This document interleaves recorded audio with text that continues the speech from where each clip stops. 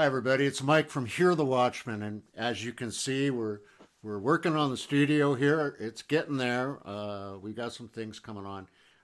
We're trying to kind of upgrade the whole deal for you guys here and bring you bigger and better information, things that will change your life.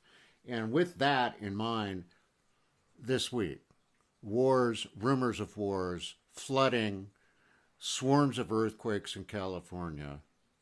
What's really going on here? We're joined today by Mark Sutherland, our dear brother from an English mother who's over in London right now. Mark, thanks for coming on the show today. Good to see you, my brother. Always a pleasure. Thank you very Always, much. always. You know, Mark, if we look at what's gone down this week, it has been an incredible week. I mean, sure, there's lots of stuff going on in politics. Sarah Sanders, Kelly Conway, all of that stuff. But you know, this week, and of course, the bartender, I'm sure she's out there doing something. But Yeah. this week, everything seems to be speeding up. You look at Iran, the oil attacks, the missile that was supposedly fired at the drone. If you just look at the headlines here on Drudge, U.S. puts Iran on notice. Uh, Drone tracked boats. Tehran billboard says it shows, and they have a picture of it right there on Drudge.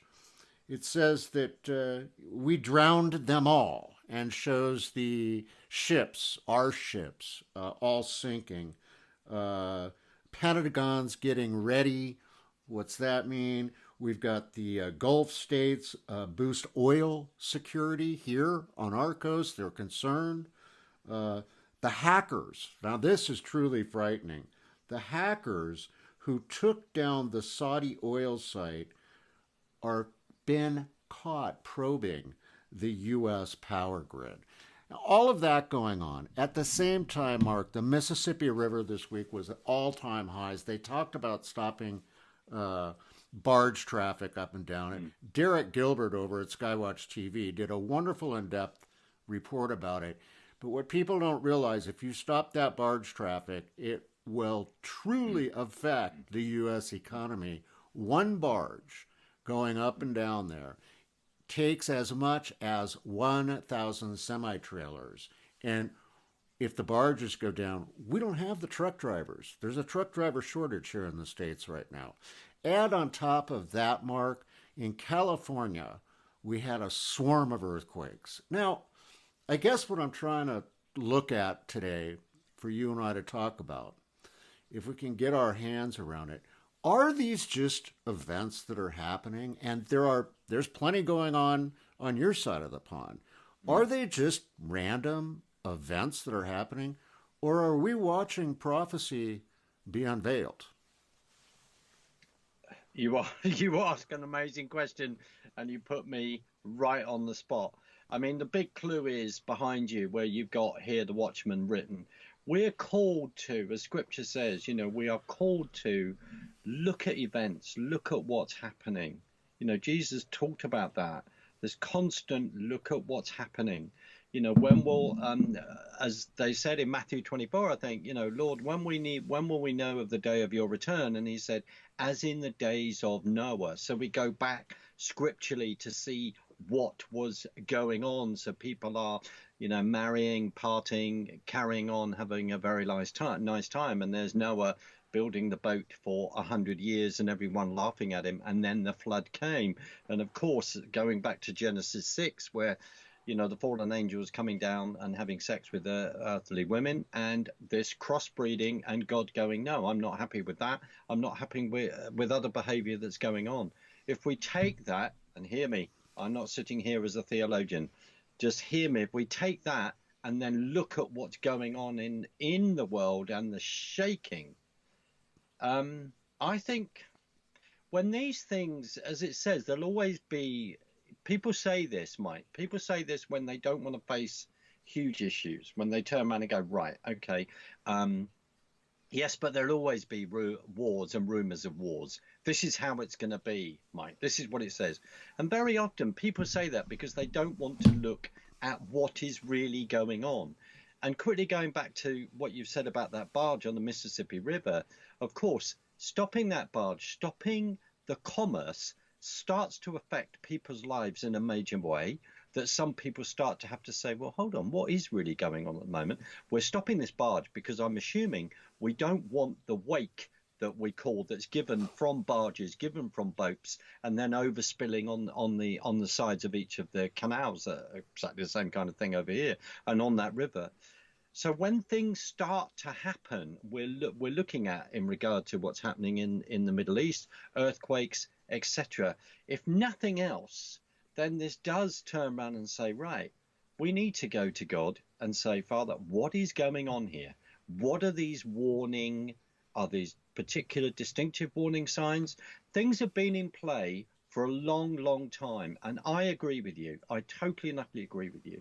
We have never, things seem to be speeding up. You and I are both aware of what's been happening in the political arena on your side of the pond and the political arena on my side, on our side of the pond. So in other words, if we go back to someone like Madeleine Albright, I've even mentioned her name, who talks about, the world is in a mess and all the rest.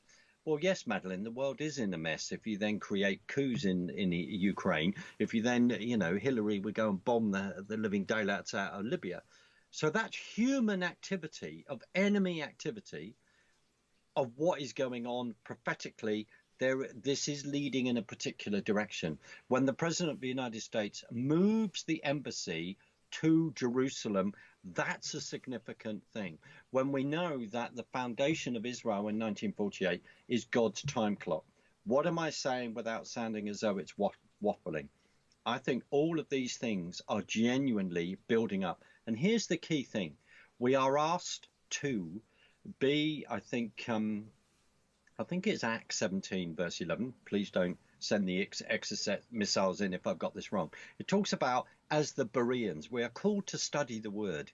We're called to weigh that up and see the signs of what's going on and bring that to God and say, right, we're looking at your word. We're asking you about this. You ask us to be watchful. You ask us to make sure that we have oil in our lamps, that we are aware of the signs of the times and what's going on.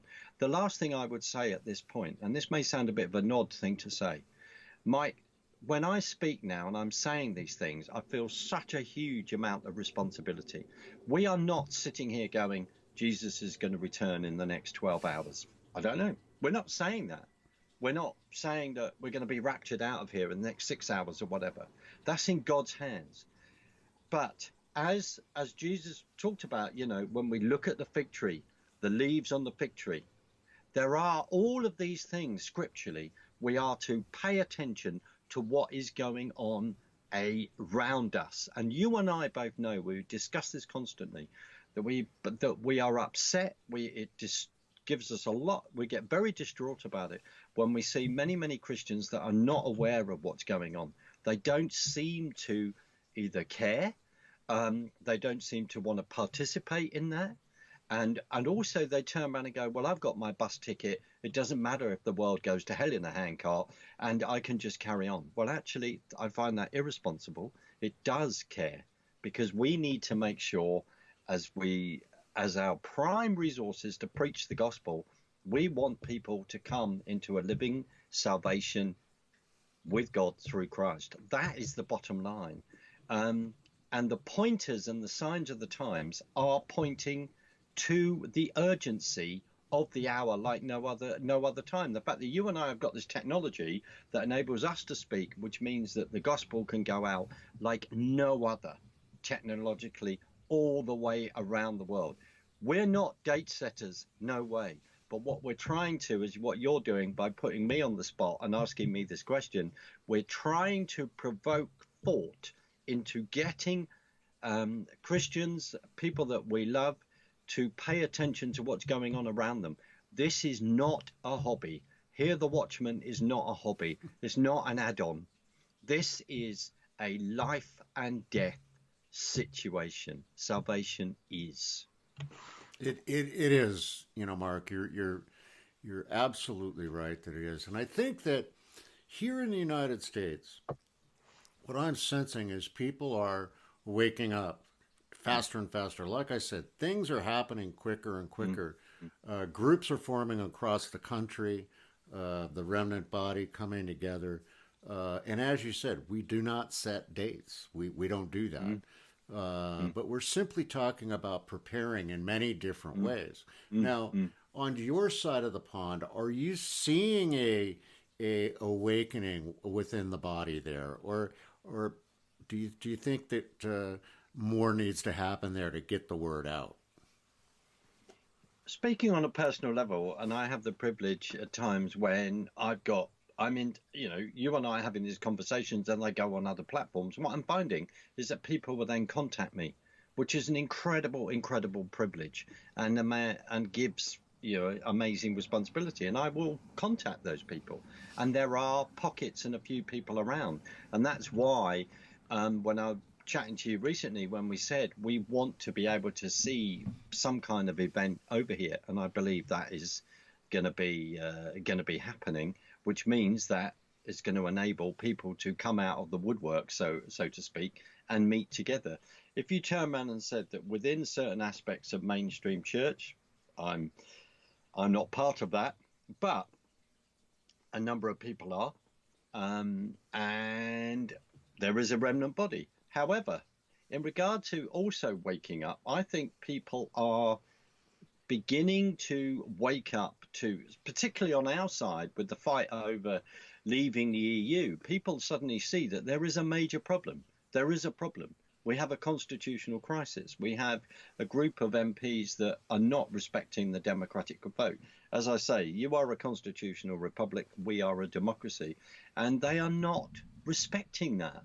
And that is disturbing some people. May not disturbing enough people in certain parts of London and the home counties who think life is very wonderful and it's okay for us because we've got loads of money in the bank. That may seem as a generalization, but in other parts of this country, there are deep, deep concerns and deep, deep feelings in regard to democracy has been suspended.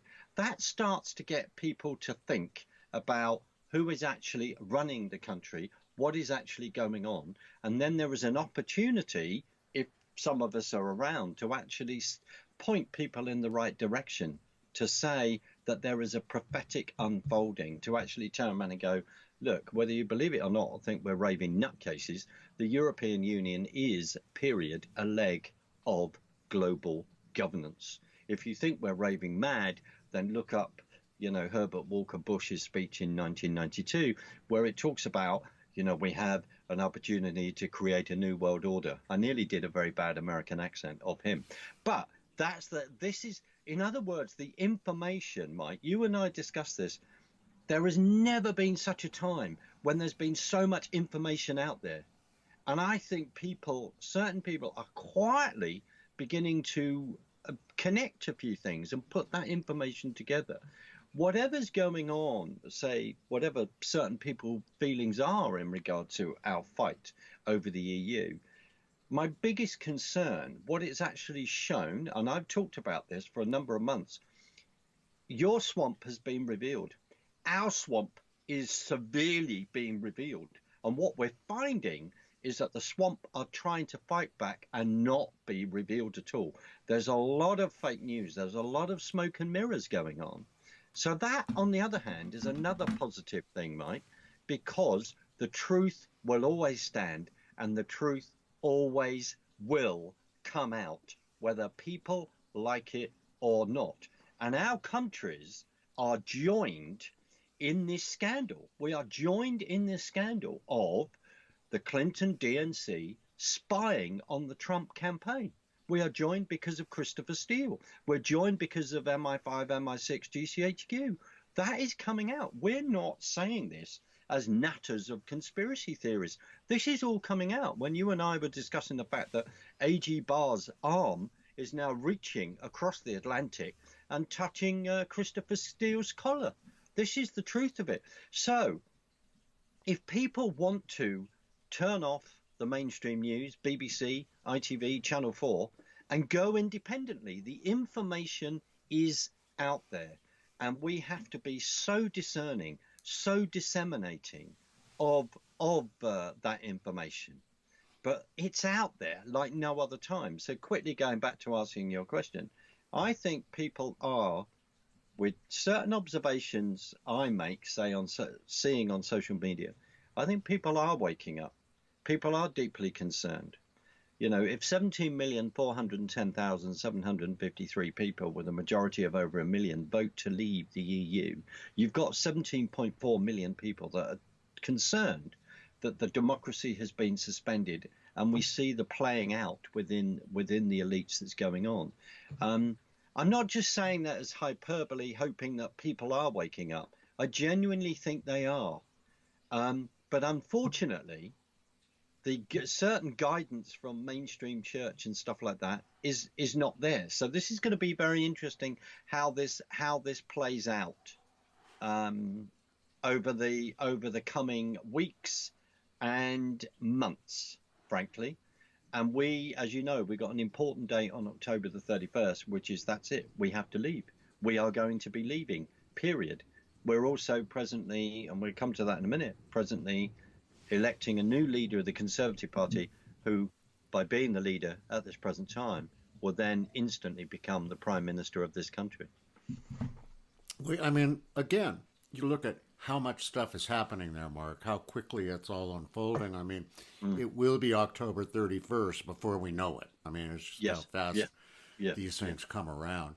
Now, I'm not sure people really grasp how serious what's going on between Iran and the U.S. is right now. I mean, here, some people get it. I mean, that could develop into World War III in no time at all. Why? Because all the oil passes through there. What is the sentiment there in London? What do you, is the media reporting on what's going on? Did they report the tanker attack the other day? Or do people in Britain even care? I think people do care, of course. Once we put our head above the parapet and see what's actually going on. I mean, I'm trying to catch up with events, and I, like you, are concerned about that, because if we go through the previous history from certain wars, say from 9/11, invading Iraq and all that. I'm sorry, this is uncomfortable for some. If we look at then 93, we look at then afterwards. This is uncomfortable for some. We then have, I mean, Carter, it's interesting, Carter Page, who's been at the center of the spying allegations Trump campaign, poor guy, gave a fantastic interview to the representative from the Epoch Times the other day. And he said, you know, he calls the spying on the Trump campaign, the steal. He said the dodgy dossier. He said, I'm not the first person who used that phrase. No, that phrase was used when we invaded Iraq in the second time with the Blair Bush. And I thought it was very interesting when Carter Page said that. And he said, you know, I objected to that invasion at that time. So what am I saying? What I'm saying is that we have to really pray about this. And this is where I become profoundly unpopular, because there would be certain people within the Trump administration that would go, well, maybe that'd be good. We'll push the button. We'll go for war and all the rest. Right. It's interesting where someone raised the point. So we've got, I think, the Japanese prime minister is in America, and then there is Japanese tankers being attacked and all this kind of thing. You know, who is doing this? You know, before the Exocet missiles come in, just we need to look at the evidence. We need to look at the evidence on what is going on, and also, I would have thought the last thing that the President of the United States wants to actually have a war. And you could, and if you look at it from an objective point of view in regard to leading up to 2020, the last thing he'd want to have a war, especially as that election is coming and all the rest. Okay, so we have to weigh all these up, because there'd be people that'd be warmongering that would want that. Then going back to your earlier question, where does biblical prophecy fall into all of this, Mike? And then we start going into areas that would be rather interesting. There has been a play out in regard to the news of people saying, oh, the Trump administration said this, that they did it, and then other people saying, no, they didn't do it. You know, All of that information and playing one off against the other is already out there, my brother, right now. Well, Mark, if you think I put you on the spot Mm. earlier, I'm really going to put you on the spot now. What do you think if Jesus was here today, witnessing everything that's going on? What do you think he would be telling us to do? Turn to him, period. Turn to him. There is no, we've just discussed that. There is no other thing. It's turn to him. And if some people go, well, hold on a minute, he's an ethereal figure, he never existed. Well, we have the Bible, the best selling book in the world. And we also have lots of other historical evidence, historical writings that back up his existence, right? So that's it. So you've asked me a straight question. If he was here now, it would be turn to him, period. Amen, Right. brother. Well, listen, folks, that's going to wrap it up today, for we're out of time for Mark and Mike here on the Watchman Report. We're going to try and come to you on Wednesday. There's been a lot of turmoil here with trying to get the new studio put together and things like that, and actually getting DVDs out. That was the Long Island Intensive Spiritual Warfare Workshop led by Russ Dizdar. If you can, if you want that, place your order. I'm going to place the order with the actual people that burn the DVDs on Monday. Once I do that, there aren't going to be many left, and I'm not going to order any more for a few months. So go to our website, check it out. You get the DVD set and you get Russ's workbook so you can follow along at your leisure.